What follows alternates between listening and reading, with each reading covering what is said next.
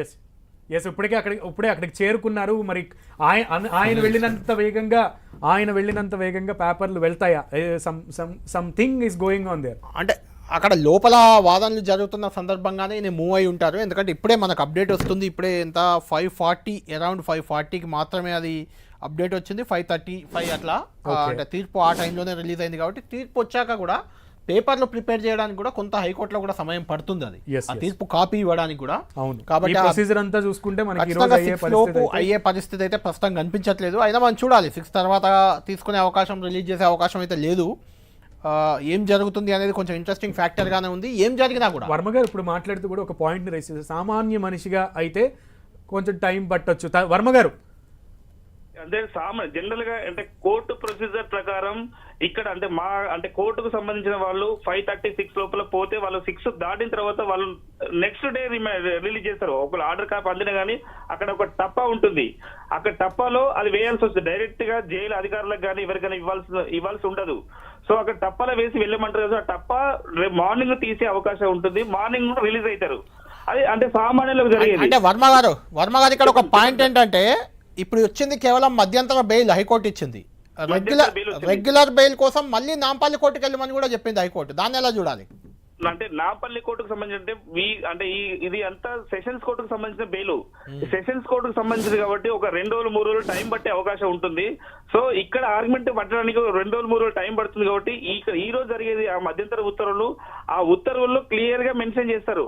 ఆ టైం అనేది అంటే ఏ టైం వరకు ఇచ్చిండ్రు, ఇక్కడ 6 తర్వాత కూడా యాక్సెప్ట్ చేస్తారంటే ఈ రోజే రిలీజ్ అయ్యే అవకాశం ఉంటుంది. ఒకవేళ టైం క్లియర్ గా మెన్షన్ చేయకుంటే ఆయన రిలీజ్ అయ్యే అవకాశం లేదు. రేపటి వరకు కూడా జ్యుడిషియల్ రిమాండ్ లో ఉండే అవకాశం ఉంటుంది. కళ్యాణ్ గారు ఓకే, థ్యాంక్ యూ వర్మ గారు. మొత్తానికి అడ్వకేట్ వర్మ చెప్తున్న ప్రకారం ఇది మధ్యంతర బెయిల్ కాబట్టి అందులో ఏమైనా టైం మెన్షన్ చేస్తే ఒకవేళ, ఎందుకంటే ఆ వాదనలే లేట్ అయ్యాయి కాబట్టి ఈ రోజే రిలీజ్ చేయాలనే ఉద్దేశం. అంటే హైకోర్టు చాలా పాజిటివ్ గా రియాక్ట్ అయింది. హైకోర్టు జడ్జి వాళ్ళు ఇచ్చిన కాపీని బట్టి అది మనకు బయటకు వస్తాయి కానీ మనం చెప్పలేము. కాకపోతే హైకోర్టు కామెంట్స్ మాత్రం అల్లు అర్జున్ కి చాలా ఫేవర్ గా చేసినట్టే మనకు కనిపించింది జడ్జి కూడా. ఎందుకంటే అల్లు అర్జున్ అడ్వకేట్ వాదనలతో ఏకీభవించారు. రిలీజ్ చేస్తే తప్పేంటి అనే రకంగా కూడా ఏకంగా జడ్జే అన్న పరిస్థితి. అల్లు అర్జున్ సహకరిస్తాడు, ఎక్కడికి పారిపోలేదంటూ ఆయన అడ్వకేట్ చెప్పడం. నిజంగా కూడా అల్లు అర్జున్ ఒక సెలబ్రిటీ. ఆయన ఉదయం కూడా చూసాం సునీల్, అల్లు అర్జున్ స్వయంగా చెప్పిన మాటలు. అంటే పోలీసులతో డ్రెస్ మార్చుకోవడానికి అనుమతి ఇవ్వలేదు, బెడ్రూమ్లోకి వెళ్ళి అక్కడ మార్చుకుంటుంటే అక్కడికి కూడా వెళ్ళినట్లు. అంటే ఆయన బెడ్రూమ్లో నుంచి బ్యాక్ నుంచి ఏమైనా వెళ్ళిపోతాడని వీళ్ళు భావించారా మరి ఏంటో తెలియదు. అంటే పుష్ప సినిమా ఇంపాక్ట్ పోలీసులపై కూడా ఉందేమో, పారిపోతాడని భయపడ్డారేమో తెలియదు అది మనకు. కానీ మొత్తానికి పోలీసుల అత్యుత్సాహం అయితే కొంచెం కనిపించినట్టయితే మనకు అనిపిస్తుంది. ఎందుకంటే అల్లు అర్జున్ లాంటి ఒక సెలబ్రిటీ, నేషనల్ వైడ్ ఒక ఇమేజ్ ఉన్న హీరో, పాపులారిటీ ఉన్న, అంటే హీరో అయినా సామాన్యుడైనా సెలబ్రిటీ అయినా న్యాయం ముందు ఒకటే. కానీ పోలీసులు వాళ్ళ పట్ల వ్యవహరించే తీరులో కొంత తేడా ఉండాలి. ఎందుకంటే ఎవరో తెలియని ఒక అనామకుడు పారిపోయే అవకాశాలు ఎక్కువగా ఉంటాయి. అల్లు అర్జున్ లాంటి వాళ్ళు దేశం విడిచి పారిపోవడమో, లేకుంటే ఈ చిన్న కేసు కోసం వాళ్ళు ఎక్కడికో వెళ్ళిపోవడమో, అట్లా నేరుగా అల్లు అర్జున్ ప్రమేయం కూడా అందులో లేనప్పుడు ఆయన వెళ్ళిపోతాడు పారిపోతాడు అనుకోవడం కూడా కరెక్ట్ కాదు.